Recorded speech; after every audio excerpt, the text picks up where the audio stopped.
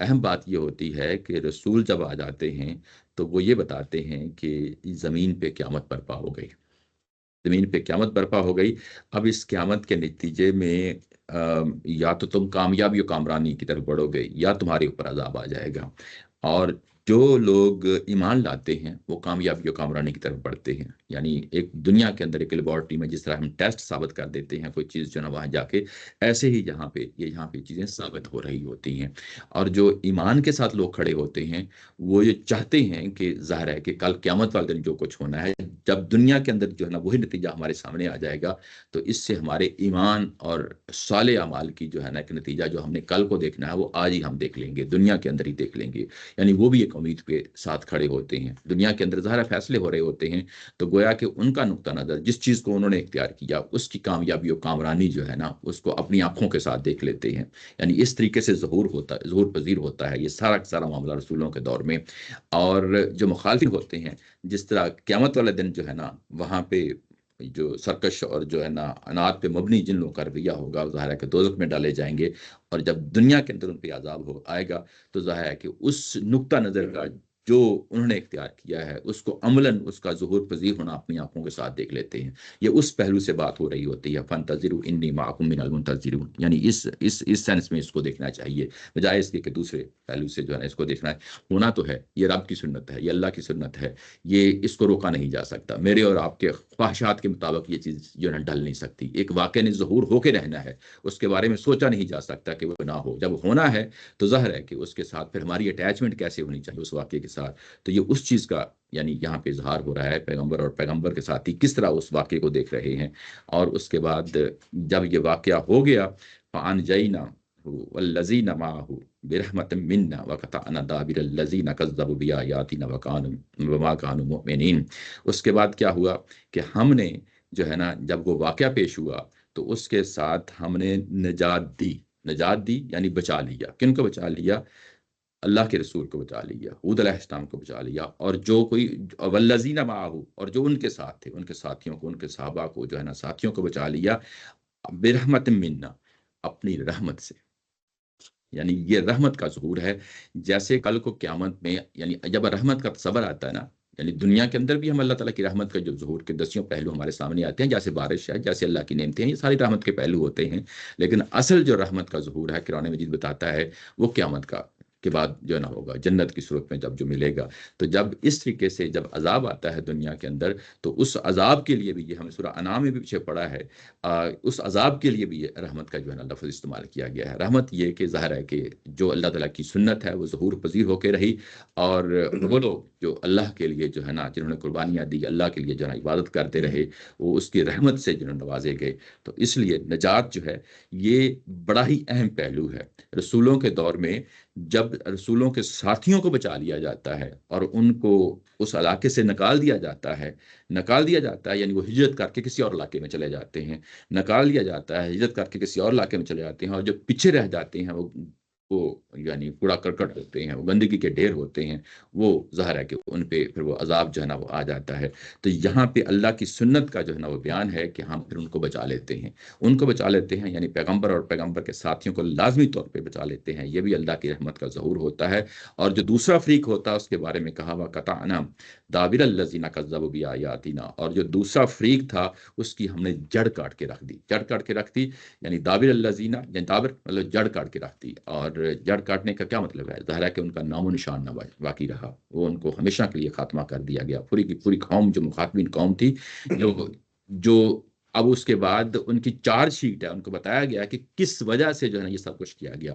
کذبوا بآیاتنا، انہوں نے ہماری آیات کی تکذیب کی تھی۔ یہ وہ بات ہے جو اسی سورہ میں جو ہے نا پیچھے جب یہ کہا گیا تھا حضرت آدم علیہ السلام کو کہ ہم گاہے بگاہے رسول بھیجیں گے، یہاں پہ جو ہے نا ایک ٹریننگ کیمپ لگے گا، اس ٹریننگ کیمپ کے نتیجے میں کچھ لوگ ابلیس بن جائیں گے اور کچھ لوگ آدم بن جائیں گے۔ جو ابلیس بنیں گے ان کے ساتھ ابلیس کی طرح وہاں کھڑے جیسے ان کو اس کو سزا سنا دی گئی تھی ابلیس کو، ویسے ہی ان کو جو ہے نا سزا سنا دی جائے گی۔ اور جو انسانوں کے درمیان سزا سنائی جائے گی اس کے بھی ظاہر ہے ڈفرینٹ جو ہے نا لیولز ہوں گے، اور ایک لیول وہ ہوگا جن کو ظاہر ہے کہ فوری طور پہ جو ہے نا ان کا خاتمہ کر دیا جائے گا۔ اور یہ یہاں پہ وہ بات کہی گئی ہے، اور اصل میں بات یہ جو کہی گئی ہے کذبوا بآیاتنا، یہ بات جو ہے یہ سرکشی، غرور اور تکبر کے نتیجے میں ظاہر ہے کہ انسان اس جگہ تک پہنچ جاتا ہے کہ جب انسان اپنی عقل کو، شعور کو جو ہے نا، اپنی مت کو، یعنی سوچنے سمجھنے کی جو صلاحیت ہے اس کا کلا کما کر دیتا ہے، اور اس کے بعد رسولوں کے دور میں اس جگہ پہنچ جاتا ہے جس کے نتیجے میں ظاہر ہے کہ یہ پھر عذاب آگے رہتا ہے۔ اچھا، یہ جو ابھی آپ کے سامنے یہ جو کتان دابر الذین کا جو لفظ آیا ہے، یہ پھر میں آپ کو سورہ انعام میں لے جاتا ہوں، وہاں پہ نبی محترم صلی اللہ علیہ وسلم کے حوالے سے یہی بات ہو رہی ہے۔ وہاں پہ یہ آیا ہے، یہ سٹارٹ ہوتی ہے 44 سے 42 سے لے کے 45 تک جو ہے نا یہ بات چلتی ہے۔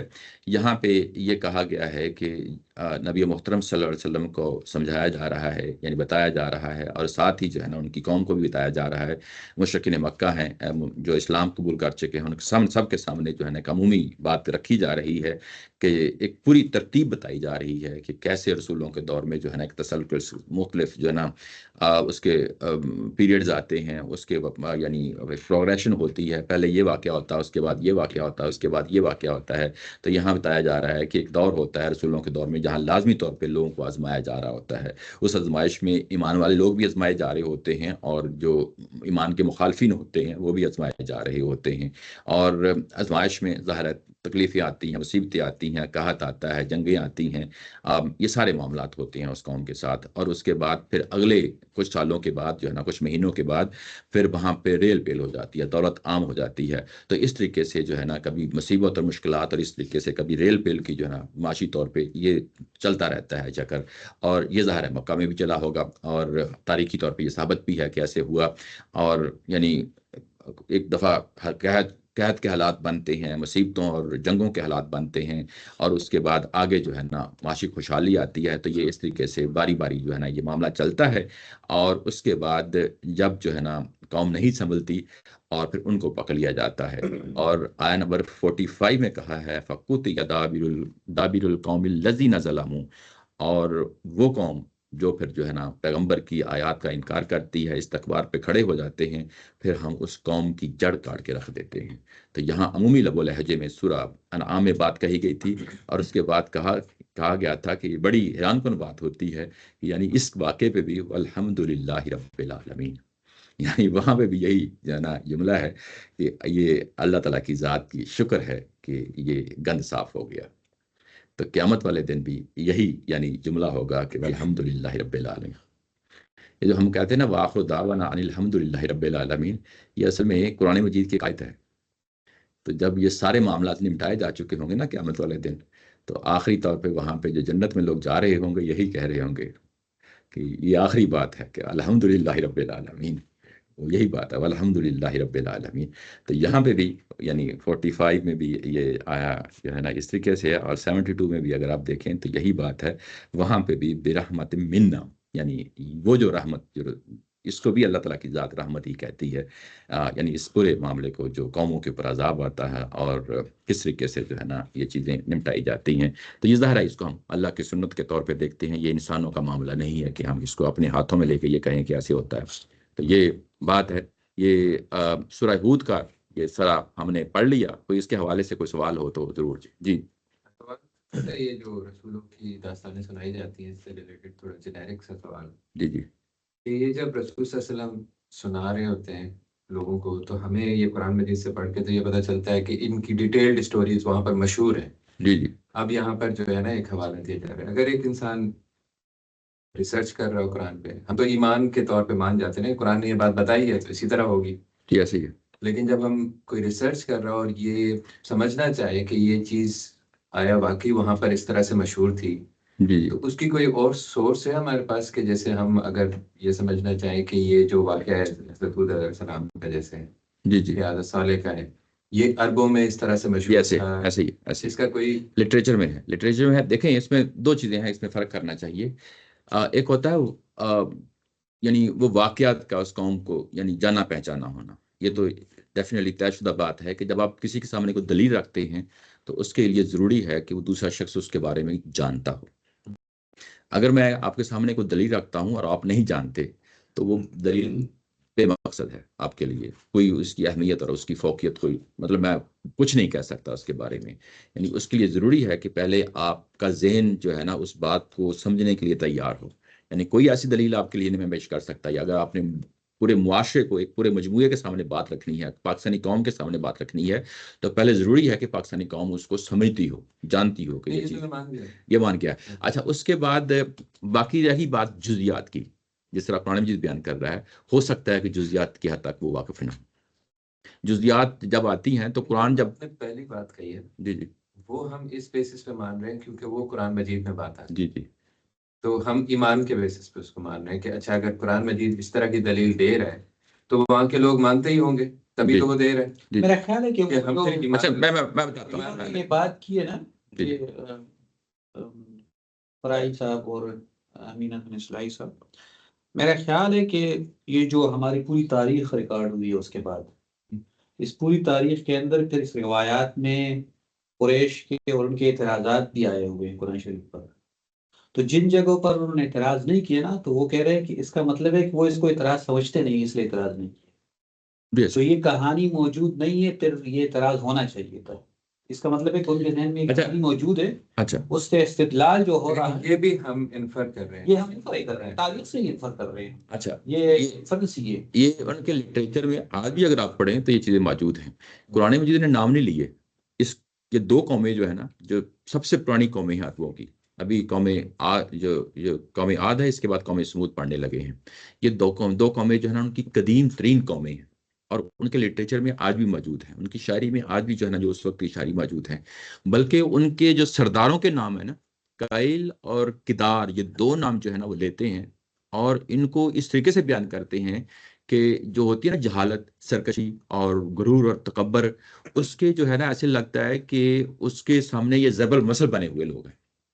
یعنی قوموں کے اندر جو کہانیاں چلتی ہیں نا، سٹوریز چلتی ہیں، سنائی جاتی ہیں، تاریخی واقعات سنائے جاتے ہیں، تو اس میں ان کے جو بزرگوں کے بڑے بڑے جو بزرگ تھے، اور ایک جگہ پہ یہ ہماری تفسیر میں بھی یہ چیزیں لکھی جاتی ہیں کہ جو اگلی جو واقعہ آ رہا ہے نا، جس میں اونٹنی کو جو ہے نا آگے بڑھ کے کسی نے کانچے جو ہے نا کاٹ ڈالی، تو وہ اس کا جو سردار تھا اس نے کاٹی. قرآن مجید اس طرح کہتا ہے، لیکن ہم اس کا نام لے لیتے ہیں. کیوں نام لے لیتے ہیں؟ کیونکہ عربوں کے لٹریچر میں جو ہے نا وہ نام آتا ہے. میری بات سمجھ رہے ہیں نا؟ قائل اور کدار جو ہے نا ایک قوم جو ہے عاد ہے، قوم سمود کا جو ہے لیڈر ہے. تو گویا کہ وہ قوموں کی تاریخی واقعات ان کے سامنے جو ہے نا اس طرح موجود ہیں کہ وہ ان کے بچے کو جو ازبر ہوتا ہے نا، کہانیاں سنائی جاتی ہیں، تو اس طریقے سے جو ہے نا یہ ساری چیزیں ان کے سامنے موجود ہیں، آج بھی جو ہے نا لٹریچر میں پائی جاتی ہیں. ایسی بات نہیں ہے کہ نہیں ہے. یعنی کسی بڑی کسی قوم کا کوئی بڑے کا نام محفوظ ہے، تو اس کا مطلب یہ ہے کہ باقی چیزیں بھی محفوظ ہیں.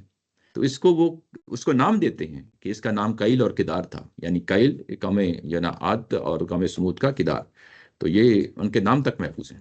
اصل میں یہ پرانے زمانے میں جب لوگ آپس میں بات کرتے تھے نا، تو وہ بات کر لیتا تھا اور دوسرا سمجھ جاتا تھا. وہ اس کو تجزیات جیسے ذہن میں نہیں کرتے جب تک کہ فلسفی نہیں آئے تھے. کیونکہ جو آپ نے جملہ بولا نا کہ ہم تو یہ ان سے انفرنس کر رہے ہیں، یہ آپ یہ جملہ کیوں بول رہے ہیں؟ کیونکہ ہم نے اب تجزیاتی علم سیکھ لیا ہے، اس کی بنیاد پر میں یہ جملہ بولوں. ورنہ اگر آپ یہ نہ سیکھا ہوتا نا، تب بھی آپ اس نتیجے پر پہنچتے. یعنی انفرنس کا یہ پورا تجزیہ یا آپ کے ذہن میں نہ ہوتا، تب بھی آپ کسی واقعے سے نتائج نکال رہے ہوتے ہیں، اور یہ فطری طریقہ ہے.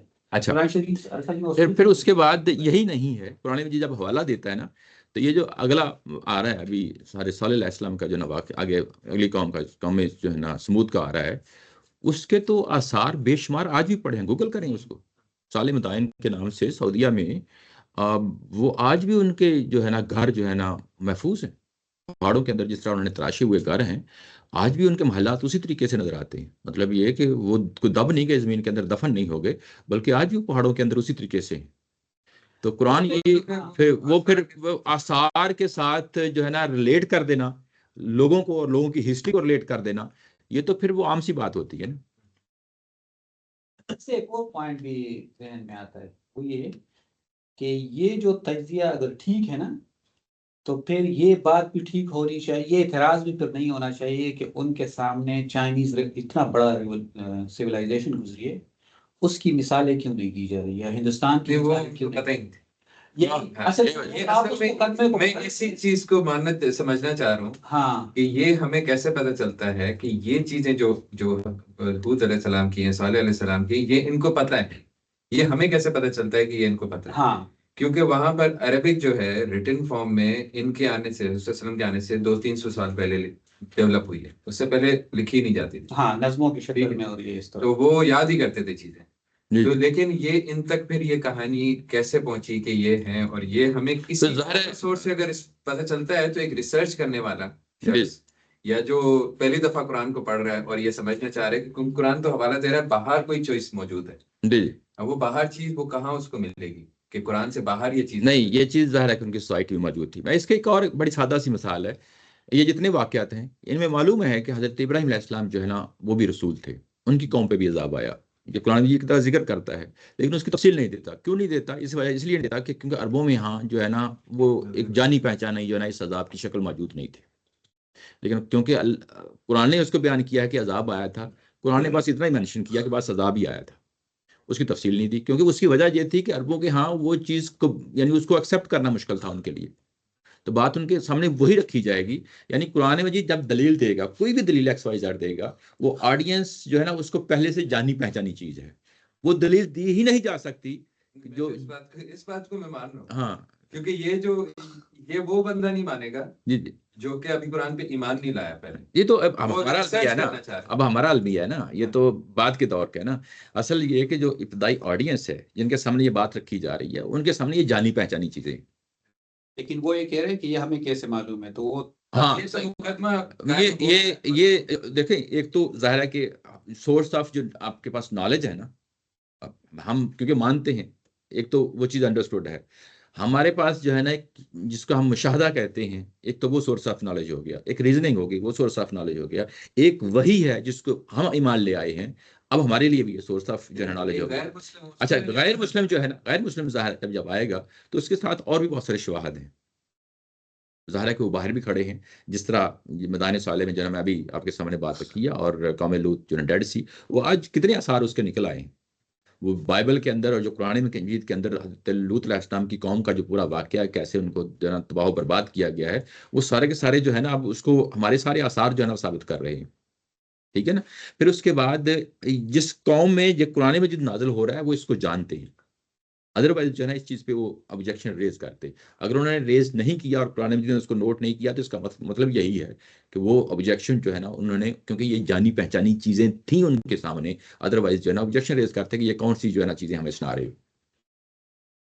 ہاں یہ تاریخ کی ہے، اس کا اثر میں تاریخ کے علاوہ کوئی چیز نہیں. ہاں کہ نہیں ہوگا تو میں سمجھنا چاہ رہا ہوں کہ تاریخ میں کوئی اور سورس ہے قرآن مجید کے. اچھا دیکھیں، قرآن مجید میں تو بہت سارے قرآن مجید کیا تاریخ کی بات کرو. اچھا اس میں ایک اور بات ہے، بڑی امپورٹنٹ بات ہے کہ جس رسول کے بارے میں یہ بات کہی جا رہی ہے، روایات میں جس رسول کے بارے میں یہ بات کہی جا رہی ہے، جب اس رسول کے ساتھ یہ معاملہ یعنی ختم ہو جائے گا عذاب کی صورت میں، آخری رسول ہے نا، تو جب یہ چیزیں اسٹیبلش ہو جائیں گی تو پچھلے واقعات بھی آٹومیٹیکلی اسٹیبلش ہو جائیں گے. اس پر میرا خیال ہے کہ اشراق میں ایک مضمون ہے، میں ڈھونڈ لوں گا، وہ میں آپ کو بتا دوں گا. انہوں نے وہ جو حوالے ہیں وہ کیسے مطلب یہ بات کر رہے ہیں یہ لوگ. چلیں سامنے کہانیاں سر اس میں ایک جی بات کریں سر آیت 72 جو ہے، جی اس میں یہ جو ہے کذبوا بآیات نا، تو اس میں ایک فیصلہ ہو گیا کہ یہ انہوں نے تکذیب کی. جی کیا ان میں کوئی ایسا شخص ہو سکتا ہے کہ جو یہ کہے کہ مجھے بات سمجھ میں نہیں آئی؟ جی اچھا، یہ جو بات ساری ہے جو آپ کے سامنے رکھی ہے، اس کے آخر میں ایک فریز ہے.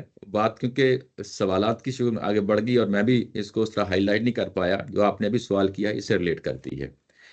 یہ کہا گیا کہ وما کانوا مؤمنین. یہ قرآن مجید اپنی گنجائش نہیں چھوڑتا، جب بات کرتا ہے وہ ماننے کے لیے تیار ہی نہیں ہوئے. مطلب یہ ہے کہ وہ اس چیز کے مستحق ہو چکے تھے کہ عذاب ہی اب ان کو جو ہے نا عذاب ہی یعنی وہ ڈیزرو کرتے ہیں. یعنی ان کے اندر جو چیز نچوڑی، شاہی جملہ ہے، یہ شاہی جملہ، کیا یہ اللہ تعالیٰ کا شاہی جملہ ہے. شاہی جملہ ورڈکٹ دے دیا. یعنی اصل دیکھیں یہ بڑی اہم چیز ہے، اور یہ تدبر قرآن نے اس چیز کو جس طریقے سے ہائی لائٹ کیا ہے، مجھے یہ بات، یہ چھوٹی سی فریز جو ہے وما کانوا مؤمنین، یہ پڑھ کے ایک اور چیز سامنے آ گئی. سورہ فتح میں جائیں، جو اس میں جو ہے نا یہ بتایا گیا ہے کہ کیونکہ مکہ کے اندر کچھ لوگ موجود تھے جن کے اندر ایمان لانے کا بھی رجحان پایا جاتا ہے، اور ہم نے حملہ نہیں آپ سے کروایا. اگر حملہ کروا دیتے تو وہ لوگ بھی مارے جاتے. یہ بات سمجھ رہے ہیں نا؟ ہم نے مکہ پہ حملہ نہیں کروایا. کیوں نہیں کروایا؟ کہ ابھی وہاں پہ کچھ وہ لوگ ہیں کہ واقعی جو ہے نا وہ سرکشی پہ تلے ہوئے ہیں مکہ کے اندر، اور کچھ لوگ وہ بھی ہیں کہ جو ابھی ایمان لانے کی پوزیشن میں نہیں آئے، لیکن ان کے اندر ایمان لانے کی جو ہے نا ایک رجحان پایا جاتا ہے، تھوڑی سی انکلینیشن پائی جاتی ہے. تو جو انکلینیشن پائی جاتی ہے اس کی بنیاد پہ ہم نے ان کو ایک تحفظ دے دیا.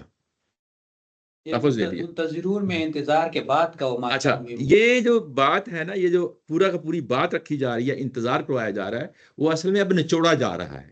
جس طرح لیمن ہم نچوڑتے ہیں نا اور آخری قطرہ بھی جو ہے نا نکل آئے، تو ہم سمجھتے ہیں کہ مطلب ظاہر ہے کہ اس کا خاص جو ہے نا ٹیسٹ ہے نا، ایک فلیور ہے ایک خاص طرح کا. تو وہ جو نکالنا ہے لیمن سے ہم نے کہ آخری قطرہ، ایسے ہی اللہ تعالیٰ کی ذات آخری مرحلے تک جو ہے نا انتظار کرواتی ہے کہ کوئی اب بھی ہے آنے والا، کوئی اب بھی ہے آنے والا، کوئی اب بھی ہے آنے والا.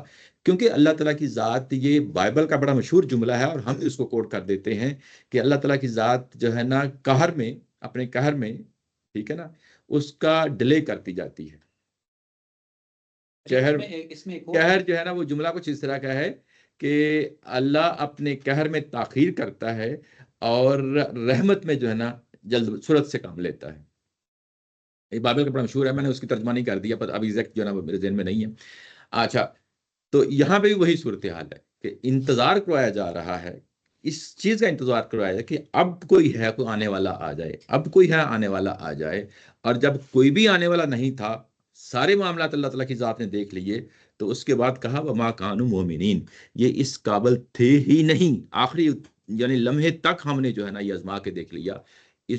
جن کو ہم نے سزا دینی تھی، وہ سزا اس بنیاد پہ دی کہ اب وہ کوئی ان میں سے کوئی مستحق تھا ہی نہیں کہ تھوڑی بہت بھی انکلینیشن دکھاتا اور یعنی اس دعوت کو قبول کر لیتا. سرفراز صاحب، امید ہے بات یعنی واضح ہوگی. جی بالکل سر، کیونکہ یہ ورڈکٹ جو ہے وہ اللہ تعالیٰ کی ذات ہی دے سکتی ہے. جی ایسے ہی ہے، اور کیونکہ دلوں کا حال وہی جانتی ہے ذات. وما کانوا مؤمنین، میں اور آپ نہیں جان سکتے، یعنی ظاہری رویوں سے ہم فیصلہ کر ہی نہیں سکتے. اور جب اس نے فیصلہ دیا ہے تو اس نے یہی کہا ہے کہ وما کانوا مؤمنین، اور اس کی بنیاد پہ کہا ہے وَقَطَعْنَا دَابِرَ الَّذِينَ كَذَّبُوا بِآيَاتِنَا. اور جو پیچھے کہا تھا فَانْتَظِرُوا إِنِّي مَعَكُمْ مِنَ الْمُنْتَظِرِينَ، یہ اصل میں انتظار ہی تھا، مہلت تھی. اور یہ مہلت جو ہے نا، یہ مہلت دیے جانا، انتظار کروانا، اور قوم کے اندر آخری جو ہے نا وہ مرحلے تک انتظار کرنا اور دیکھنا کہ اب کوئی نکلتا ہے. یہ معاملہ صرف اللہ تعالیٰ کی ذات کر سکتی ہے، میرا آپ نہیں کر سکتے. یہ اگلے واقعے میں یہ اور نکھر کر سامنے آ جائے گا، میں اس کو ریلیٹ کروں گا اس کے ساتھ. اب آگے بڑھتے ہیں. جی یہ سے پہلے ایک آیت ہے، اس کے اندر بتایا گیا ہے کہ اور یاد کرو اس نے نوح کی قوم کے بعد میں بادشاہی دی اور وہ محکم اور تنومند کیا. یہ حضرت نوح علیہ السلام کا ذکر جو ہو رہا ہے، کیا ان کا کوئی جینالوجی مطلب کوئی نہیں؟ ایسا نہیں ہے. ہماری تفسیریں جو ہے نا بعض اوقات بتا دیتی ہیں، لیکن ایسی کوئی چیز نہیں ہے. یہ آپ کو ہر جو ہے نا سرگزشت کے اندر جو ہے نا یہ فیچر آپ کو نمایاں نظر آئے گا. اس کا مطلب یہ ہوتا ہے کہ آپ کو اگر اقتدار دیا ہے، زمین میں جو ہے نا اقتدار دیا ہے، تو اس کا مطلب ہرگز نہیں ہے کہ تم ان کے جانشین بنے ہو. جو خلفاء کا لفظ آیا تھا نا، پچھلے سیشن میں اس چیز کو ایکسپلین کیا تھا. خلفاء کا مطلب ایک جانشین بھی ہوتا ہے، ایک مطلب اقتدار ہوتا ہے. تو یہاں محض اقتدار کے معنوں میں آیا ہے. مطلب یہ ہے کہ اب تمہیں چن لیا ہے، جس طرح اس قوم کو چنا تھا وہ بھی اقتدار پہ قائم تھی اور تم بھی اقتدار پہ قائم ہو. یہ سملیرٹیز کو بیان کیا جا رہا ہے، نہ کہ ایکچولی ان کی جو ہے نا یہ کوئی نسل بتایا جا رہا ہے کہ اس کے بعد تمہیں جو ہے نا اگلی نسل، تم بھی انہی کی اگلی نسل ہو. اس طریقے سے بات نہیں بڑھ رہی. ہسٹری میں دیکھیں تو ان کی نسل ہی وہ ہسٹوریکلی بنتی ہے، میں مانتا ہوں بنتی ہے، نوح علیہ السلام کے بعد بنتی ہے. لیکن آگے پھر جو ہے نا یہ باتیں ہو رہی ہیں، یعنی مشرکین مکہ کے لیے بھی یہی بات کہی جا رہی ہے کہ اب ہم نے تمہیں جو ہے نا، کیونکہ تم کو بھی اقتدار دیا ہے، اور اب ہم نے تمہیں بھی چن لیا ہے، یہ مختلف صورتوں میں آتا ہے، اور تم بھی خلافہ بن چکے ہو۔ یہ ابھی جو پچھلی آیت پڑھی تھی ہم نے پچھلی سورہ، میں آپ کو وہاں دکھا دیتا ہوں، وہاں پہ یہی چیز جو ہے آیت نمبر 161 میں اگر آپ جا کے دیکھیں تو سورہ انعام کی سوری یہ ہے 165 ہے، هو الذی وهو الذی جعلکم خلائف الارض ورفع بعضکم فوق بعض درجات لیبلوکم فیما آتاکم۔ تو یہاں پہ آپ اگر آپ دیکھیں تو یہاں پہ بھی بیسیکلی وہی بات ہے، خلائف الارض، تمہیں جو ہے نا اب زمین کا جو ہے نا بادشاہت دے دی گئی ہے، اور تمہیں بعض لوگوں پہ جو ہے نا فوقیت دے دی گئی ہے، یعنی یہ کہ تمہیں سیاسی مرتبہ اور اکانومیکلی تم جو ہے نا ایک دوسرے سے بڑے ہوئے ہو، اور پھر جو ہے نا جو کچھ میں نے تمہیں دیا ہے فی ما آتاکم، ٹھیک ہے، تو جو کچھ میں نے تمہیں دیا ہے میں نے تمہیں اس میں آزما رہا ہوں۔ ان ربک سریع الحساب وانہ لغفور الرحیم، اگر تم قبول کر لیتے ہو اس دعوت کو تو وہ غفور الرحیم ہے، تمہیں بات بخش دے گا جو کچھ تم نے اب تک کیا ہے، لیکن اگر تم جو ہے نا سرکشی پہ تل جاتے ہو تو پھر یہ بتا لو کہ ان ربک سریع العقاب، یعنی یہ بات یہ مشرکین مکہ کو بھی یہی بات ہی کہی گئی ہے۔ یعنی بعض اوقات ضروری نہیں ہوتا کہ میں ہر جو ہے نا جملہ سرگزشت میں جو بیان ہوتا ہے اس کو میں کمپیئر کروں، ہاں جو اہم چیزیں ہوتی ہیں وہ کمپیئر کرتا جاتا ہوں، لیکن جو آپ نے سوال کیا ہے وہ میں نے آپ کو پچھلی سورہ سے نکال کے یہ بتا دی ہے کہ یہ جو بھی قوم آتی ہے اور قوم جو رسول کی قوم آتی ہے اس کو ایک طرح کا اقتدار بھی ملا ہوتا ہے زمین میں، ٹھیک ہے، مخاطبین کو، اور ان کو یہ بتایا جاتا ہے کہ جس طرح پچھلی قوم کو اقتدار دیا تھا ایسے ہی تم نے جو ہے نا تم کو ہم نے دیا ہے، تو یہ سملیرٹی کو بیان کرنا ہوتا ہے، نہ کہ یہ بتانا ہوتا ہے تو تم ان کی نسل میں سے۔ ان کا ذکر ہو رہا ہے مینس کہ یہ لوگ جو ہیں وہ حضرت علیہ السلام کی قوم کے ان کے اوپر جو عذاب آیا تھا اس سے اچھی طریقے سے واقف تھے۔ ایسے ہی ہے، یعنی دیکھیں یہ جو بات ابھی ہوئی کہ نوح علیہ السلام کا جو واقعہ ہے، کشتی ہے، عذاب آنا، قوم ہود کے لوگ جو ہے نا وہ ان کو اچھی طرح جانتے ہیں، ادروائز یہ ان کے لیے حوالہ ایگزیکٹلی یہ بات ابھی ہو رہی تھی کہ مشرکین مکہ کے لیے ان کی قوم کے لیے بھی یہ واقعہ ایرریلیونٹ ہوتا اگر ان کو یہ بیان کی جا رہی ہوتی ہے۔ ایک بڑی اہم چیز ہے، اور وہ بڑی اہم چیز یہ ہے کہ رسول جو ہوتے ہیں نا وہ اکیلے جو ہے نا قوم پہ اتمام حجت نہیں کر رہے ہوتے، بلکہ پچھلے رسول بھی مل کے جو ہے نا اتمام حجت کر رہے ہوتے ہیں۔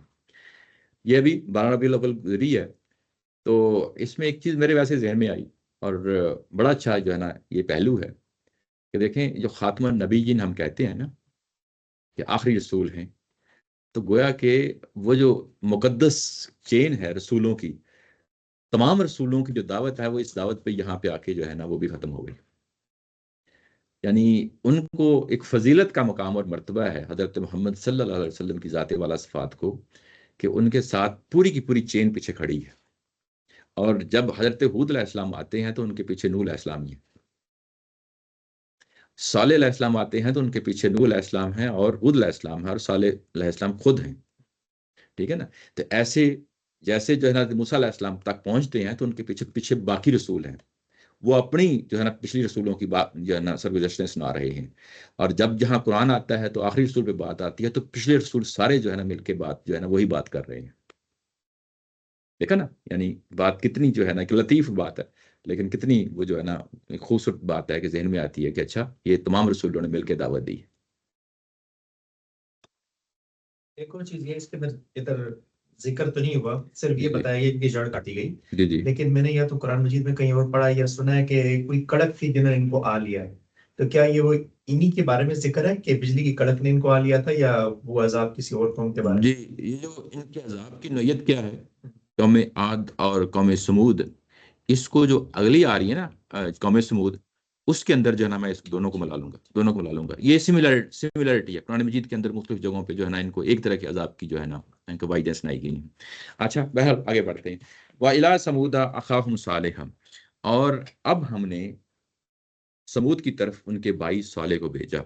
یہ جو بھائی کو بھیجا، اور اس کے ارسلہ کا لفظ یہاں پہ نہیں آ رہا، پچھلے یعنی پہلے نوح علیہ السلام کے لیے آیا تھا، باقی اس کے بعد اس کو سکپ کیا جا رہا ہے، یعنی قرآن مجید کا ایک عام اسلوب ہے کہ اگر چیز انڈرسٹوڈ ہو تو پھر بیان نہیں کی جاتی، تو یہاں یہی بتایا جا رہا ہے کہ ہم نے ان کے بھائی کو رسول بنا کے بھیجا، یعنی اس پہلو سے یہ بات ہے۔ واؤ کیونکہ جو بھی سرگزشت سنائی جاتی ہے اس سے پہلے واؤ آتا ہے، یہ جو واو ہے یہ بھی پچھلی دفعہ ہم نے اس کو دیکھا تھا، یہ واو بڑا امپورٹنٹ ہے. یعنی واو کا ترجمہ تو ہم یہ کر دیتے ہیں اور، ٹھیک ہے نا، لیکن یہ واو کے اندر ایک بڑی اہم چیز چھپی ہوئی ہے. اس کے بعد ایک بات سنائی، پھر اس کے بعد یوں ہوا، ایسے ہوا، اس طرح ہوا. ہم بات کرتے ہیں نا، ہم کوئی واقعہ بیان کر رہے ہوں تو یعنی ایک واقعہ، ایک سٹوری سنا دی، اس کے بعد دوسری سٹوری سنانی ہو تو ہم کہیں گے کہ اس کے بعد یہ ہوا. تو یہ واو بیسیکلی اس چیز کے لیے عربی لٹریچر میں آتی ہے، پرانی عربی میں، اور اس کا ترجمہ نیچے کیا کہ اسی طرح، واو کا ترجمہ اسی طرح. ہم کیونکہ لٹریری جو ہے وہ ترجمہ کرنے کے عادی ہیں کہ بس واو کا ترجمہ اور کر دیا، اسے کرنے میں کوئی حرج نہیں ہے، مطلب مدعا نکل جاتا ہے، لیکن وہ شیڈ سامنے نہیں آتا. تو شیڈ جو ہے واو کے سے یہ بتا رہا ہے کہ اسی طرح جس طرح ہم پچھلی قوم پہ ہم نے جو ہے نا قوم عاد کی طرف حضرت ہود علیہ السلام کو بھیجا، یا جو ہے نا قوم نوح کی طرف نوح علیہ السلام کو بھیجا، ویسے ہی ہم نے جو ہے نا وہ سمود کی طرف ان کے بھائی صالح کو بھیجا. تو وہ یہاں پہ ایک پورے جملے کے لیے جو ہے نا یعنی وہ اس کی جگہ لے لیتی ہے کہ اسی طرح ہم نے ان کے بھائی سمود میں سے ان کے بھائی صالح کو بھیجا. یہ جو بھائی کو بھیجنے کا مطلب کیا ہے کہ انہی میں سے ایک فرد تھا، انہی میں سے اٹھتا بیٹھتا، اس جوانی جو ہے نا، بچپن، جوانی، لڑکپن، سارے مراحل گزرے، اور وہ انہی میں سے تھا. ان کی نشست و برخاست اور ان کی جو ہے نا اٹھنا بیٹھنا اور ان کی تہذیب، ان کی زبان وہی بولتا تھا. یہ اللہ تعالیٰ کی ذات کی طرف سے ایک بڑی عنایت ہوتی ہے، اور اس کو نمایاں کر کے جس طریقے سے یہ چیزیں پیش کی جا رہی ہیں، اس کا مطلب یہ ہے، یہ بتانے کا مقصد یہ ہے کہ یہ رسول تمہارے درمیان آ چکے ہیں، حضرت محمد صلی اللہ علیہ وسلم یہ آ چکے ہیں، یہ بھی تمہارے اپنے اندر میں سے ہیں، یہ تمہارے ہی بھائی ہیں، یعنی کوئی اجنبی نہیں ہے، کوئی بیگانے نہیں ہیں. تم ان کا ماضی جانتے ہو، صاف ستھرا ماضی ہے، یہ بھی ناصح ہیں، یہ بھی امین ہیں. تم نے ان کو جو ہے نا یعنی ماضی میں امین کہا ہے، صدیق کہا ہے، یعنی امانت دار تم جانتے ہو. معاشرے کے اندر ان کی انٹیگریٹی، ان کی آنیسٹی جو ہے نا کس لیول کی ہے. تو یہ اصل میں اس پہلو کو بھی ہائی لائٹ کرنا ہوتا ہے. اور انہوں نے بھی آ کے کیا دعوت دی، کالا یا قوم اعبدوا اللہ ما لکم من الہ غیرہ. اور انہوں نے بھی آ کے وہی دعوت دی جو حضرت نوح علیہ السلام نے دی، حضرت ہود علیہ السلام نے دی، اور حضرت صالح علیہ السلام بھی وہی دعوت یہاں پہ دے رہے ہیں. اس میں تفصیل میں اب جانے کی ضرورت نہیں ہے. بتانے کا مقصد یہ ہے کہ یہ قوم جانتی ہے کہ اللہ کیا چیز ہے، اور اللہ کے یہ شریک ہم نے ٹھہرائے ہیں، ان کا کیا مقام اور مرتبہ ہے. یہ بھی مشرک قوم ہے. تو یہ ظاہر ہے کہ یہ اللہ کو بحثیت جو ہے نا ایک یعنی یہ کہہ لیں کہ سپریم جو ہے نا بینگ کے طور پہ یہ جانتے ہیں، پہلے سے معلوم اور معروف یہ چیز ہے. اور ان میں آ کے جو ہے نا ظاہر ہے کہ انہوں نے شرک جن اختیار کر لیا ہے. اور وہی دعوت جو ہے تمام رسولوں کی ہے کہ اصل میں رسول آتے ہی اس لیے ہیں کہ لوگوں کو اللہ تعالیٰ کی ذات کے ساتھ جوڑ دیں، عبادت میں جوڑ دیں. عبادت کے اندر کیا کیا چیزیں ہیں، 3 پہلو ہیں. یہ ہم پہلے بھی جو ہے نا اس کو دیکھ چکے آئے ہیں. ایک محض مراسم ہوتے ہیں، جیسے نماز ہم پڑھتے ہیں. دوسری چیز جو ہے نا وہ یعنی اس مراسم کے ساتھ ساتھ جو ہے نا یعنی اطاعت اور فرمانبرداری یہ بھی اس کے اندر شامل ہو جاتی ہے. یعنی جو یہ حکم ملتا ہے کہ اس کے سامنے سرنڈر کرنا، ہم جھکتے ہیں، تو یہ بھی عبادت کے اندر شامل ہے. تیسرا ایک اور پہلو ہے کہ اگر یہ اللہ تعالیٰ کی ذات اور اس کے دین کے لیے ہمیں کوئی قربانی دینی پڑ جاتی ہے، کوئی تغدو کرنی پڑ جاتی ہے، تو ہم اس کے لیے بھی حاضر ہیں. تو یہ تینوں پہلو ہیں، یعنی قربانی بھی، اطاعت کرنا، اور اس کے بعد جس کو ہم پوجا پرست جو ہے نا وہ کہتے ہیں، وہ تینوں پہلو اس کے اندر شامل ہوتے ہیں. اور اس کے بعد شرک کے قریب تک نہ جانا، یہ نہ ایسے. یہ جو بھیجا کا لفظ آتا ہے کہ صالح علیہ السلام کو بھیجا، جی یہ پتہ نہیں ٹرانسلیشن کا ایشو ہے کہ اگر انہی میں سے ہیں تو ایسا ہونا چاہیے کہ انہی میں سے کھڑا کیا یا انہی میں سے کیا بھیجا. ایسا لگتا ہے جیسے کہیں نہیں، یہ جو شاہی اسلوب ہے نا، لیاس بھائی نے پہلے کہا شاہی اسلوب، یہ شاہی اسلوب ہوتا ہے کہ ہم نے بیسیکلی یعنی اپنی طرف سے انتخاب کر کے بھیجا ہے، جیسے بادشاہ سفیر نہیں بھیجتے. تو یعنی وہ پہلو ہے. لیکن عربک اس کی اسی طرح ایسے ہی یعنی پرانے زمانے میں یہی ہوتا تھا کہ نمائندہ بھیجتے تھے نا، ابھی بھیجتے ہیں ہم. سفیر جو ایمبیسڈر ہوتا ہے وہ کیا ہوتا ہے، وہ اس قوم کا ریپرزینٹیٹیو ہوتا ہے نا.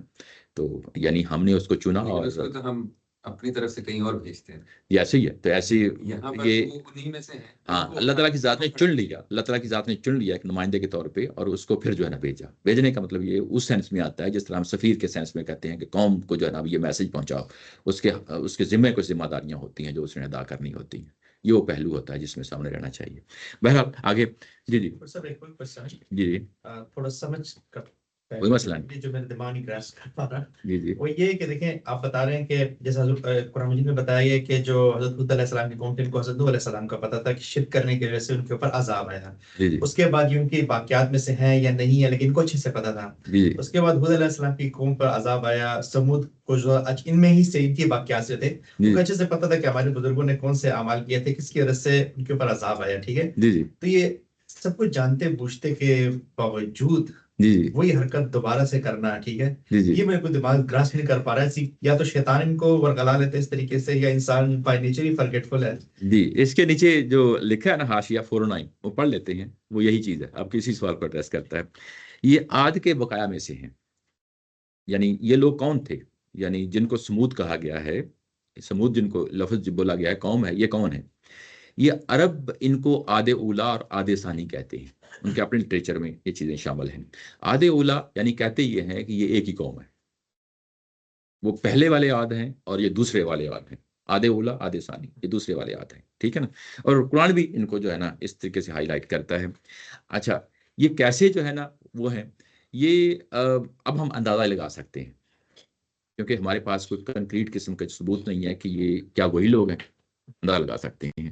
اس میں تدبر قرآن میں بھی اور یہاں پہ بھی یہی چیز لکھی ہے اور باقی تفسیروں کے اندر بھی یہ چیز آتی ہے اور عربی لٹریچر میں بھی ہے کہ جو لوگ بچ گئے تھے نا اس عذاب سے، جو قوم عاد پہ جو عذاب آیا تھا قوم حضرت حود علیہ السلام کی طرف سے جو آیا تھا، جو لوگ بچ گئے تھے ظاہر ہے ان کو کہا تھا نا کہ ان کو ہم نے بچا لیا تھا. جو بچ گئے تھے اب یہ کسی اور جگہ جا کے سیٹل ہوئے ہیں. تو یہ سیٹل ہوئے ہیں تقریباً یہ سینکڑوں میلوں کا فاصلہ ہے درمیان میں. وہ ساؤتھ کی طرف تھے وہ لوگ. قوم عاد جو پہلے حضرت حود علیہ السلام کی قوم ہے یہ ساؤتھ کی طرف تھی. یہ نارتھ کی طرف چلے گئے ہیں. یعنی جو جزیرہ نمائی عرب ہے یہ سعودی عرب کا جو نارتھ والی سائڈ ہے وہاں چلے گئے ہیں. اور جب وہاں چلے گئے ہیں تو یہ شمال مغربی علاقہ عرب کا وہ علاقہ ہے جسے الحجر کہا جاتا ہے. ٹھیک ہے نا. اور اس کے بارے میں استاد امام لکھتے ہیں ہو سکتا ہے کہ قوم عاد کی تباہی کے وقت جو لوگ عذاب سے محفوظ رہے انہوں نے جنوب سے شمال مغرب کی طرف ہجرت کی ہو اور پھر ہجر میں سکونت اختیار کر لی ہو. عاد و سمود کے اوصاف قرآن میں بھی اور عرب کی روایات میں بھی، آپ نے یہ کہا نا عرب کی روایات میں بھی تقریباً ایک سے ہی بیان کیے جاتے ہیں. یعنی سملیرٹی ان کے اندر پائی جاتی ہے. بعض شاعر تو ان دونوں قوموں کے ذکر اس طرح کرتے ہیں کہ گویا ان کے درمیان کوئی فرق سرے سے ہے ہی نہیں. ایک ہی طرح کی سملیرٹیز دونوں قوموں میں پائی جاتی ہے. دونوں کے لیڈر قائل اور قداد جن کے ہاتھوں ان کی قوم پر تباہی آئی عربی ادب میں ضرب المثل ہیں. یعنی پروربیل جو ہے نا ان کی وہ ہے. اچھا اور معلوم ہوتا ہے کہ دونوں بالکل ایک ہی سانچے میں ڈلے ہوئے تھے. یعنی دونوں قومیں ایک ہی سانچے میں ڈلی ہوئی تھیں، ایک ہی طرح کی تھیں. تو یہ بظاہر جو ہے نا ایک کلو ہے جو ہمیں ملتا ہے کہ یہ لوگ وہاں سے نکلے ہوں گے اور وہاں جو بچ گئے ہیں جو ایمان والے لوگ تھے وہ دوسری جگہ جا کے سیٹل ہوئے. پھر ان کے درمیان صدیوں کا جو ہے نا فاصلہ ہوا. یہ جو قوم زوال پذیر ہو جاتی ہے، یہ جو آپ نے ابھی بات کی ہے کہ کیا ان کے ذہنوں میں نہیں رہا، یہ تو 1 2 3 نسلوں میں تو جو مانا یہ رہتا ہے. اس کے بعد جب نسلیں 10 20 30 40 نسلیں گزر جاتی ہیں تو یہ چیزیں محو ہو جاتی ہیں. ہمارے اندر بھی مسلمانوں کے اندر جب زوال آتا ہے تو یہ آپ کیسے کہہ سکتے ہیں کہ انڈیا اور پاکستان میں مزارات ہیں، لوگ وہاں جا کے جو ہے نا کیوں سجدے کرتے ہیں؟ کیا ان کو معلوم نہیں ہے کہ دن رات قرآن مجید نہیں پڑھتے؟ وہ کیا وہ اپنے جو ہے نا علماء کی جو ہے نا باتیں نہیں جو ہے نا سنتے؟ تو یہ پرابلم جو ہے نا یہ ہوتا ہے، ہمیشہ ہوتا آ رہا ہے کہ قوم جو ہے نا وہ جہالت کی طرف جو ہے نا رجحان ان کا بڑھتا ہی رہا ہے. تو یہاں پہ بھی وہی صورتحال ہے. یعنی یہ کہ صدیوں کا فاصلہ ہے نا درمیان میں. ابھی ہمیں نہیں پتا کہ جو ہے نا وہ کتنے 100 سال گزرے ہوں گے، 500 200 400 1000 2000 پتہ نہیں کتنے جو ہے نا سال درمیان میں گزرے ہوں گے. اور قوم جو ہے نا پھر جو ہے نا وہ اسی چکر میں پڑ گئی، یعنی شرک کے چکر میں پڑ گئی. اور یہ ہوتا ہے. اچھا اس کے بعد قد جاءتکم بینۃ من ربکم، تمہارے طرف جو ہے نا اللہ تعالیٰ کی طرف سے بینہ آ چکی ہے. تمہاری بینہ ہوتا ہے واضح نشانی، یعنی کھلی دلیل کو کہا جاتا ہے. اور تمہارے رب کی طرف سے واضح نشانی آ چکی ہے. ھذہ ناقۃ اللہ، یہ جو اونٹنی ہے، لکم آیا، یہ تمہارے لیے اللہ کی آیات کے طور پہ آئی ہے. فذروھا، اور اس کو چھوڑ دو، یعنی اس کو کوئی گزند نہ پہنچاؤ. تأکل فی الارض اللہ کی زمین میں چرتی پھرتی رہے. ولا تمسوھا، اور اس کو جو ہے نا تم نہ ہاتھ لگاؤ. بسوء، یعنی گزند پہنچانے کے لیے، نقصان پہنچانے کے لیے اس کو ہاتھ نہ لگاؤ. فیأخذکم عذاب علیم، ایسا نہ ہو کہ تمہیں عذاب علیم آلے، ایسا نہ ہو کہ تمہیں عذاب علیم آلے۔ اچھا، یہاں پہ جو عذاب آنے کا پہلو ہے نا، اس کو پہلے بیان کر دیا اور باقی چیزیں اب بعد میں بیان کی جائیں گی۔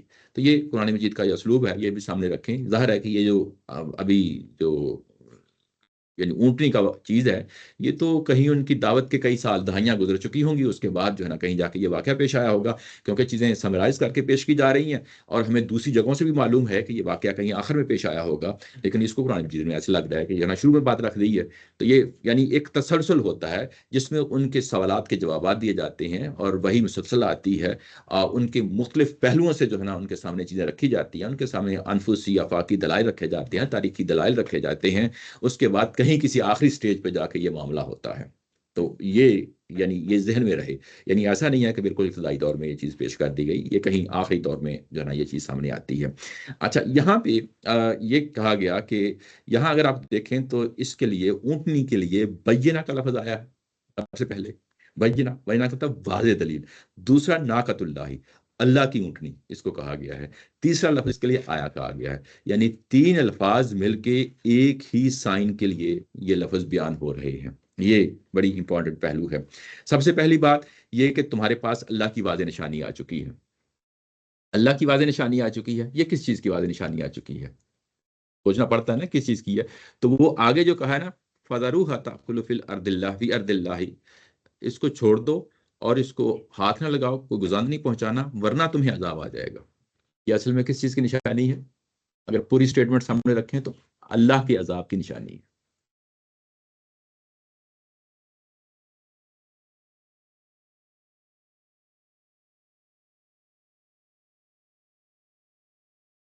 نہیں، ایسی بات نہیں ہے۔ میں کہنے لگا یہ میں اسی طرف آنا ہے۔ اصل چیز یہ ہے کہ قرآن کے الفاظ کی جو ہے نا گرفت آپ کی ہاتھ سے نکلنی نہیں چاہیے۔ یوں ہی آپ اس سے نکل کے باہر کھڑے ہو جاتے ہیں نا تو پرابلم ہونا شروع ہو جاتا ہے۔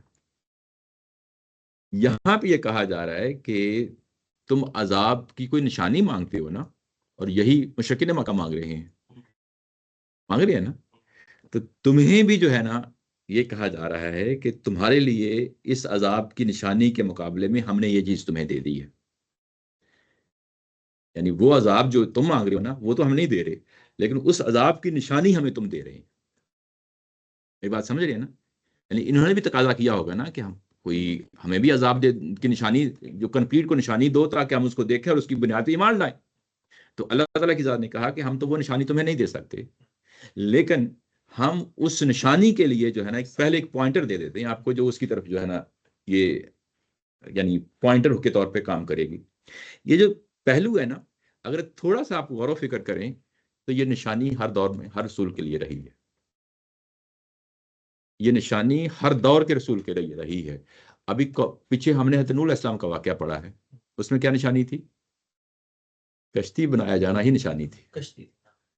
یعنی کشتی بنایا جانا ہی نشانی تھی۔ اس میں بھی اگر آپ کہیں آگے چل کے جا کے پڑھیں گے، اس میں یہ کہا گیا ہے کہ کشتی جو ہے نا بنیادی طور پہ جس دن بن گئی نا، اس دن بس عذاب کے جو ہے نا وہ پل کھول دیے جائیں گے۔ ٹھیک ہے نا؟ یہی بات ہے۔ یہ بھی جو ہے نا یہاں پہ جو اونٹنی ہے نا، یہ اس عذاب کی نشانی ہے۔ یہ نشانی کو ضروری نہیں ہوتا کہ ہر دفعہ جو ہے نا کشتی ہو، وہ کوئی اور بھی ہو سکتی ہے زمانے کے لحاظ سے، کچھ اور بھی ہو سکتی ہے۔ ٹھیک ہے نا؟ ہو سکتا ہے کہ یہ قوم جو ہے نا اونٹنیاں پالتی ہو، اونٹ پالتی ہو، ان کے لیے جو ہے نا فیورٹ مشغلہ ہو یہ چیز، اس طرح کی چیزیں۔ اچھا، پھر اس کے بعد کیا ہمارے رسول اللہ صلی اللہ علیہ وسلم کے بارے میں کوئی ایسی نشانی ہے؟ نہیں، وہاں وقت کی نشانی ہے۔ تمہیں 4 مہینے دیے جاتے ہیں، سورۃ توبہ میں جا کے پڑھیں گے۔ یعنی بعض اوقات صرف ٹائم ہی دے دیا جاتا ہے اور یہی کافی ہوتا ہے۔ یعنی اصل کوئی چیز انڈیکیٹر ہونی چاہیے، کوئی پوائنٹر ہونا چاہیے۔ وہ ٹائم دیا جانا، ایک متعین مدت کا دیا جانا، وہ بھی وہی کام کر رہا ہوتا ہے۔ اگر یہ کشتی بھی جو ہے نا جب بن گئی تو یہ بھی اصل ٹائم کا جو ہے نا الیپس ہوگا، اور جب وہ بن جائے گی اس کے بعد عذاب آ جائے گا۔ اور یہاں پہ کیا کنڈیشن لگا دی گئی کہ یہ تمہارے سامنے یہ اونٹنی ہے، جس دن اونٹنی کو تم نے گزند پہنچا دی، یہ عذاب کے پل جو ہے نا ٹوٹ جائیں گے۔ یعنی یہ ایک سملیرٹی تمام رسولوں کے ساتھ ملتی ہے۔ ایسی نہیں ہے. یعنی جب ہم یہ کہتے ہیں نا کہ 2-3 رسولوں کے ساتھ بھی اگر سملیرٹی مل جائے نا تو ہم یہ کہہ دیتے ہیں کہ یہ اللہ کی سنت ہے. اگر کسی رسول کے بارے میں ہمیں نہیں بتایا تو کوئی ضرورت نہیں، لیکن کیونکہ ایک عمومی چیز سامنے آ گئی ہے تو اس کی بنیاد پہ ہم یہ کہہ سکتے ہیں کہ یہ اللہ کی سنت ہے. یعنی رسولوں کے عذاب آنے سے پہلے یا تو ان کو ایک متعین وقت دیا جاتا ہے، یہ بتا دیا جاتا ہے کہ بھائی 3 مہینے کے بعد. اچھا یہ جو اونٹنی ہے، اونٹنی جب انہوں نے گزاند پہنچا دی، اس کی کونچیں کاٹ ڈالی، اس کے بعد پھر 3 دن کو دیے گئے. قرآن مجید میں آگے چل کہیں آئے گا کہ ہم نے پھر مزید 3 دن دیے، اور وہ بھی وارننگ کے طور پہ دیے کہ اب بھی تم واپس آ جاؤ، اب بھی تم لوٹ آؤ، اور وہ نہیں لوٹے. تو یعنی بعض اوقات کوئی میٹیریل چیز بھی سامنے رکھ دی جاتی ہے، جیسے اونٹنی ہے یا جیسے جو ہے نا کشتی ہے، یہ میٹیریل چیزیں ہیں نا، اور ساتھ ٹائم بھی رکھ دیا، جیسے جو ہے نا اس اونٹنی کے ساتھ 3 دن مزید دے دیے. تو ایسے ہی نبی محترم صلی اللہ علیہ وسلم کے بارے میں جب ہم سورۃ توبہ میں جا کے پڑھیں گے کہ ان کو 4 مہینے کی مہلت دی گئی اور کہا گیا کہ اس کے بعد تمہیں کلا کما کر دیا جائے گا تمہارا. تو یہ یہاں پہ بھی وہی صورتحال ہے. اچھا اس میں ایک اور چیز ہے، بڑی امپورٹنٹ چیز ہے، کیونکہ آیا کا لفظ آ گیا ہے یہاں پہ، تو آیا کا لفظ جو ہے نا کنفیوژن بن گیا ہے ہماری تفسیروں کے اندر.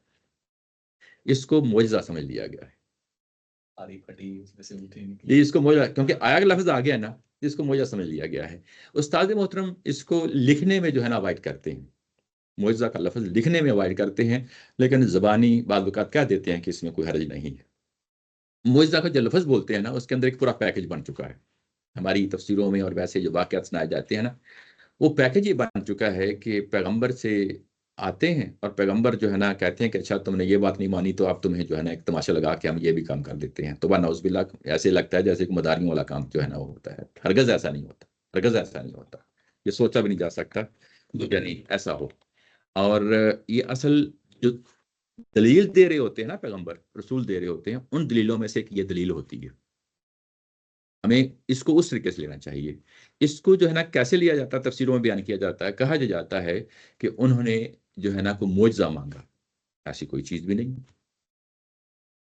وہ تقاضا کر رہے ہیں عذاب کا، اور یہ کہا گیا کہ یہ اس کا پوائنٹر ہے.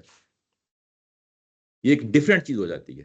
لیکن یوں ہی آپ یہ کہتے ہیں کہ انہوں نے کوئی نشانی نہیں، انہوں نے کوئی معجزہ مانگا.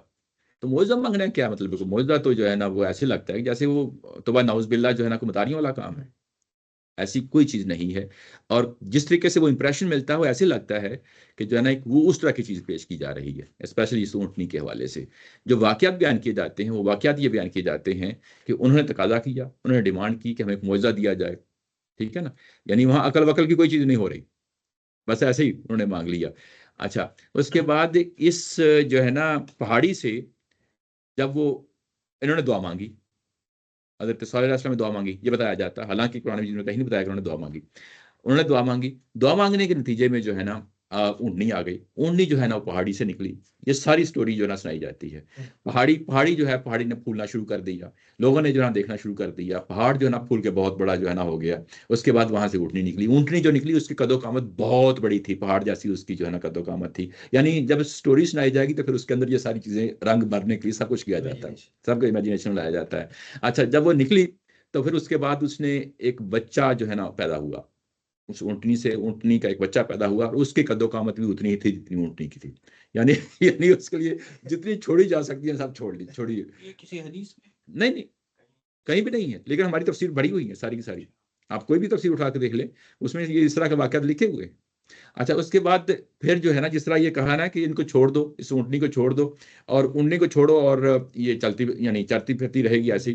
اچھا یہ پھر اس کے بارے میں یہ بیان کرتے ہیں کہ جس طرح یہ اس کے بہت بڑی قد و قامت تھی، بہت بڑی جو ہے نا یہ تھی، اس طریقے سے اس کے حالات اور واقعات بھی انہوں نے ایسے ہی بیان کیے ہیں. جب یہ جاتی تو کھیتوں کے کھیت کھاتی چلی جاتی، اور جب ان کے پانی کی باری آتی تو اس کے بعد پورے کا پورا کنواں جو ہے نا یہ پی جاتی. یعنی ایسے جو ہے نا وہ واقعات کی ایک واقعات کے لیے انہوں نے جو کچھ بھی ایگزیجریشن تھی وہ ساری کی ساری جو ہے نا اس کے اندر ملتی ہے. یعنی اس طرح کے سارے واقعات ملتے ہیں. اب بس یہ اسی کے ساتھ ہی. اچھا لیکن یہ ساری کی ساری چیز جو ہے نا یہ ساری ایسے ہی ہے، امیجنیشن ہے. یعنی اس کا کوئی تعلق نہ کسی حدیث میں ہے، نہ کسی قرآن مجید کی آیت میں ہے. یہ صرف اور صرف جو ہے نا فی النبل ہے. یہ وہی جو روایات ہوتی ہیں نا اس کے اندر کچھ باتیں کنکریٹ بھی ہوتی ہیں اور کچھ چیزیں جو ہے نا الفلالوی داستانیں بھی ہوتی ہیں. تو الفلالوی داستانیں جو ہے نا ظاہر ہے کہ وہ لوگوں نے گاڑ لی اور اس کے بعد یہ چیز چل رہی ہے. اچھا اس کے بعد یہ یہاں پہ یہ چیز واضح کر دوں کہ یہ جو یعنی کہا گیا ہے نا کہ یہ اللہ کی یعنی ناقۃ اللہ ہی کہا گیا ہے، یہ انہوں نے اپنی کوئی بھی ان کی اپنی ظاہر ہے کوئی اونٹنیاں ہوں گی، حضرت صالح علیہ السلام کی انہوں میں سے کسی ایک اونٹنی کو پکڑا اور اس کو کہا ہے کہ اس کو ہم نے وقف کر دیا اس کام کے لیے. یہ بالکل ایسے ہے جیسے ہم قربانی کے جانور جو ہے نا وقف کر دیتے ہیں. قربانی کے جانور ہمارے پاس اگر فرض کیا کہ 100 جانور ہیں، یعنی گائے ہیں، مطلب 100 گائے ہیں، ان میں سے کوئی ایک کو پکڑ لیا اور کہا کہ اس کی ہم قربانی دیں گے، تو جس کی ہم نے گائے کا رکھ دیا اس کی تقدس اس کو حاصل ہو جاتا ہے نا. جیسے جو نا سورہ مائدہ میں کہا گیا ہے کہ تم جب قربانی کے جانور لے کے نکلتے ہو جن کے پٹے پڑے ہوئے ہیں، یہ اللہ کے شاعر اللہ ہے، یعنی یہ لفظ استعمال ہوا نا کہ اللہ کے جو ہے نا یہ سمبلز ہیں اور ان کو جو ہے نقصان نہیں پہنچایا جا سکتا. پھر اس کے بعد ظاہر ہے کہ وہاں اس کی پروٹیکشن کی جائے گی. ان کو جو ہے نا یہ گناہ عظیم ہے کہ ہم جو ہے نا کوئی ان کو مارنے کے تلائے ایسے جانوروں کو جو اللہ کے نام پہ جو ہے نا قربانی کیے جاتے ہیں. ایسے ہی جہاں پہ یہ ناقۃ اللہ کا یہ لفظ بولا گیا ہے، اس کا مطلب یہ ہے کہ ہم اللہ کے لیے وقف کر دی ہے، یہ اس نشانی کے لیے وقف کر دی ہے. کس نشانی کے لیے؟ کہ اگر تم نے اس کو ٹچ کیا تو اس کے بعد یہ عذاب تم پہ جو ہے نا پھر پڑے گا. یعنی یہ اس پہلو سے ہے، اور یہ بینہ اور ناقۃ اللہ اور آیا اس پہلو سے یہ الفاظ آئے ہیں. اور اس کے بعد کہا گیا کہ اس کو جو ہے نا چلتے پھرتے رہنے دو زمین کے اندر، اور یہ ان کے لیے پھر بہت مشکل ہو جائے گی. ظاہر ہے کہ یہ ریاکشن آئے گا اور ان کے اندر یہ خواہش پیدا ہوگی، کیونکہ وہ سرکش ہے نا. اس کو ظاہر ہے کہ ہم کیسے برداشت کر سکتے ہیں؟ ابتلا ہے نا، آزمائش ہے، آزمائش کا قانون ہے، تو اس کو کیسے برداشت کر سکتے ہیں؟ انہوں نے کیا کیا؟ انہوں نے آگے بڑھ کے جو ہے نا پھر کسی اسٹیج پہ اس کو مار ڈالا، اور جب مار ڈالا ہے تو اس کے بعد پھر عذاب جو ہے نا ان کے سامنے آ گیا ہے. تو یہ اسی کے ساتھ 73 کے ساتھ آج کی جو ہے نا یہ ہم سیشن ختم کرتے ہیں. انشاءاللہ باقی بعد میں پڑھیں گے. کوئی ابھی تک جو ہے نا کوئی چیز پڑھی ہے، کوئی سوال ہو تو میں حاضر ہوں. یہ جو بتایا جا رہا ہے کہ تمہارے نشانی کے طور پر بھیجا گیا ہے، جی جیسے ہم یہی اس کی وجہ سے ہم نے یہ ڈیڈیوس کیا ہے کہ ہاں جی یہ اینڈ کے ٹائم کا واقعہ ہے، شروع کا واقعہ نہیں ہے، جبکہ ایسے ہی کیونکہ آگے جو تفصیل آ رہی ہے نا وہ اصل میں اس سے پہلے کی ہے. تو یہ قرآن مجید کا اسلوب ہے. یہ کیوں پہلے قرآن مجید نے اس چیز کو رکھا؟ ذہن سوچتا ہے نا، ہاں یہ پہلے رکھا ہے. یہ ترتیب بعض اوقات جو ہے نا جو پچھلی بات سنائی جا رہی ہوتی ہے نا اس سے لنک کرنے کے لیے ہوتا ہے. پچھلی بات ابھی جو سامنے آئی ہے نا، جس میں حضرت ہود علیہ السلام کا جو ہے نا جو واقعہ ابھی آپ کے سامنے رکھا تھا، جس میں یہ کہا گیا تھا کہ فانجینہ والذین معہ برحمۃ منا وقطعنا دابر الذین کذبوا بآیاتنا وکانوا مؤمنین. اب کیونکہ جو ریڈر ہے نا، جو پڑھنے والا ہے یا سننے والا ہے، اس کے اوپر کیونکہ اگلی سرگزشت سنائی جا رہی ہے، تو وہ جو امپیکٹ پچھلی جو ٹیسٹ آپ کے مائنڈ میں آ گیا نا، آپ کے مائنڈ میں ایک چیز بیٹھ گئی ہے، تو وہ اگلے واقعے میں پہلے اس چیز کو پکڑ لیں تاکہ وہ چیز جو ہے نا کنٹینیوٹی میں اسی کے ساتھ کھڑی رہے. یہ ادبی پہلو ہوتا ہے بات کو جو ہے نا بیان کرنے کا، اس چیز کو جو ہے نا ریلیٹ کرنے کا. کیونکہ اس سے وہ ہوتا کیا ہے کہ اب آپ ایک سرگزشت سنا رہے ہیں، اگلی سنا رہے ہیں، تو آپ کے مائنڈ میں ہوگا کہ اچھا اس کا نتیجہ بھی یہی ہونا ہے. بات سمجھ رہے ہیں نا؟ تو وہ پھر جب اگلی بات کریں گے تو ہم بات ہی وہاں سے سٹارٹ کریں گے، اچھا ان کے ساتھ یہ معاملہ ہوا پھر. تو اس کا امپیکٹ زیادہ پڑتا ہے سامعین پہ. تو مشرکین مکہ پہ جب ان کو یہ سروس سنائی گئی تو اس کا امپیکٹ اس کو دو چند کرنے کے لیے، اس کو نمایاں کرنے کے لیے یہ چیز سامنے رکھی کہ اچھا یہ ہوا اور اس کے بعد پھر یہ ہوا. اور اس کے بعد جو مزید تفصیل ہے وہ ظاہر ہے کہ آگے ابھی آ رہی ہے، اس کو ہم اگلی دفعہ دیکھیں گے. کوئی اور سوال جی؟ سر یہ جو ایمان والے ہیں، جب اللہ تعالیٰ نے ایک نشانی ڈکلیئر کر دی جی تو ایمان والوں کو یہ نہیں کہا گیا کہ اب اس کی آپ لوگوں نے حفاظت کرنی ہے اگر کوئی اس کو نقصان پہنچا رہا ہے تو؟ جی ایسا نہیں کہا گیا، ایسا نہیں کہا گیا، کیونکہ اس کو یہ کہا گیا. اچھا میں اس میں دیکھیں یہ بھی جو روایت ہے نا یہ ہمارے ہاں بھی رہی ہے. یہ ظاہر ہے کہ اب ہم اس کے چیزیں جو ہے نا کلو مل جاتے ہیں ہمیں، اور کلو سے چیزیں جو ہے نا ہم اس کو مزید سمجھ لیتے ہیں کہ یہ کیا ہے.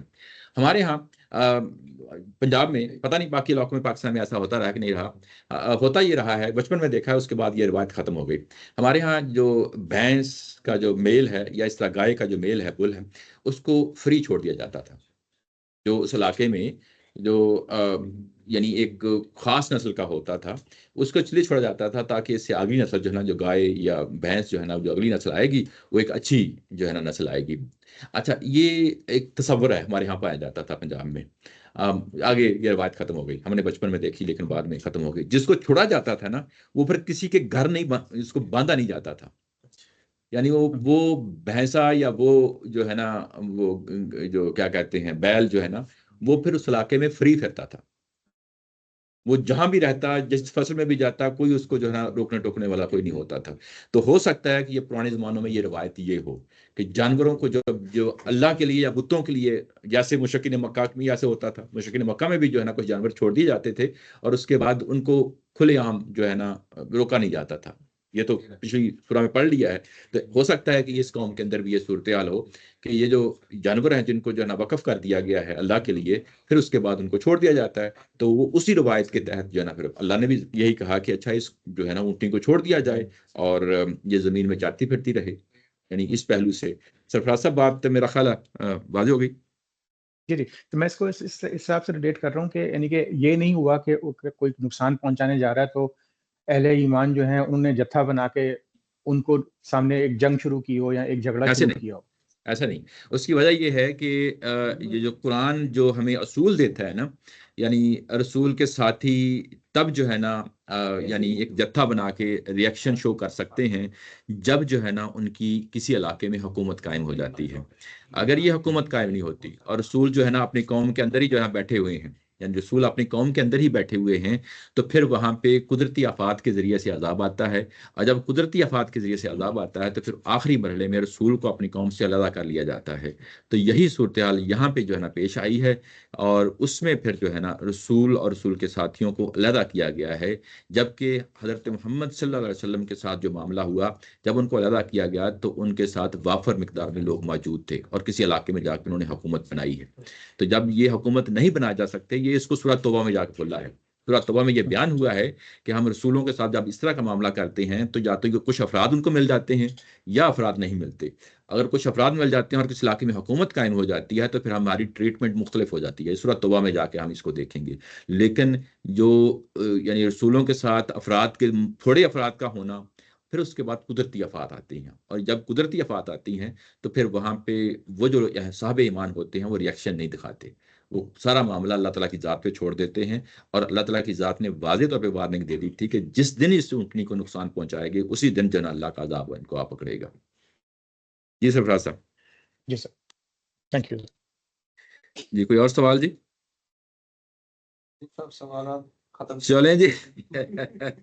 الیاس صاحب جو ہے نا ٹائم جو ہے نا کہہ رہے ہیں کہ ٹھیک ہے جی, بہت شکریہ جی. وہ لوگوں سے بات کچھ یہ الیاس صاحب بات کرنا چاہ رہے ہیں جی, الیاس صاحب بات کرنا چاہ رہے ہیں, ان کی بات جو ہے نا پیغام. اچھا, آپ لوگوں نے وہ رجسٹریشن کرنی ہے نا ڈاکٹر صاحب کا, جو میٹ اینڈ گریٹ کا پروگرام ہے, تو اگر آپ لوگ آج کر سکے تو بہت اچھا ہوگا.